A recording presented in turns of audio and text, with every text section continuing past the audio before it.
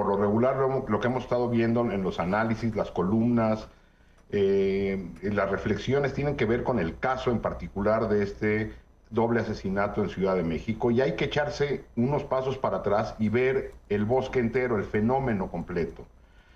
Hace unos minutos hablabas en el noticiero, Sebastián, del caso de García Luna. Parecería que no tiene nada que ver con esto. Bueno, se festeja en el país la sentencia, que no digo que no haya, que no sea positiva, una sentencia por casos de corrupción contra García Luna, pero este caso de García Luna nos refleja de nuevo que la gran violencia no se investiga. García Luna y todo su entorno, entre, como bien lo decía Anabel, se encuentra, por ejemplo, García Harfuch, y si no, ahí están las declaraciones del propio subsecretario de Derechos Humanos del sexenio anterior, Alejandro Encinas, en que responsabilizaba a Omar García Harfuch en el caso Ayotzinapa, por ejemplo.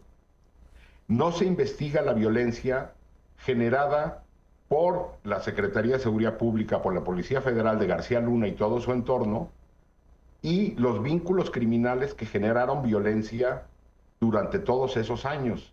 Es decir, se investiga la corrupción, no se investigan los asesinatos, no se investigan las desapariciones, no se investigan esta penetración del crimen organizado en las instituciones que generan una gran violencia. Dicho esto, y eso ocurre en todos los casos, podríamos ir, por ejemplo, a ver el caso del exgobernador Javier Duarte, del Chapo Guzmán, de los que quieran. Todos los casos que se investigan por corrupción, por vínculos con crimen organizado, por lavado de dinero, por tráfico de drogas, jamás por la violencia.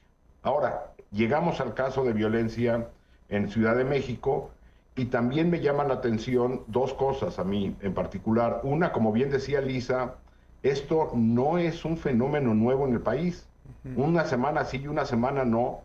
Es asesinado algún alcalde, algún jefe de seguridad a nivel municipal o estatal, y la respuesta, tanto de los medios como la indignación nacional, no alcanza, pero ni cerca a lo que estamos viviendo en Ciudad de México, y entiendo que estamos hablando de la capital, y eso pone un foco mucho mayor de la violencia, porque en teoría este es el espacio más controlado del país, en teoría, pero lo que sabemos es de que operan un montón de grupos del crimen organizado que no han sido desmantelados.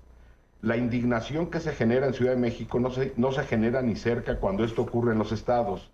Esta sensación de fragilidad que sentimos los chilangos, las chilangas, lo siente cualquier mexicano o mexicano todas las semanas, todos los meses, en casi todo el país.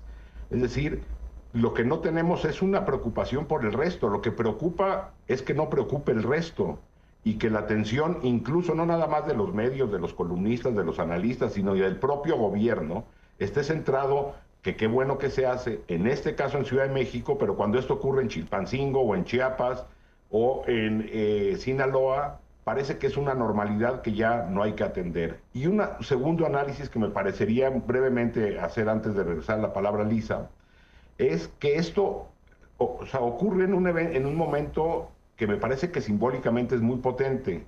Ya decía Lisa que esto ocurre mientras está la conferencia mañanera, pero no nada más es la mañanera que se habla de seguridad. En el momento en que vemos las imágenes en que García Harfuch se entera del asesinato, y de manera pues, compleja, torpe, no sabe cómo reaccionar, se acerca a la presidenta también pone un rostro, pues, como debe de ser, ¿no?, de indignación, y no saben cómo reaccionar.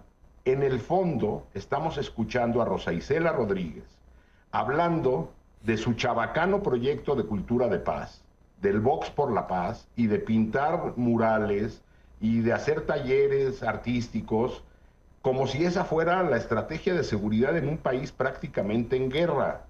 Entendamos que esta estrategia de seguridad que nos quieren vender, de atender las causas con programas sociales y proyectos de cultura de paz en un país en guerra, es completamente absurda, porque la otra estrategia que se nos ofrece, después del abrazos no balazos, es la misma estrategia del sexenio de Felipe Calderón: articulación, inteligencia y combate. Es decir, jamás pasamos por la justicia. Y mientras no pasemos por la justicia y eso signifique no nada más detener autores materiales, sino desmantelar redes criminales y sobre todo los vínculos políticos y económicos de estas bandas criminales, seguiremos viendo estos actos de violencia.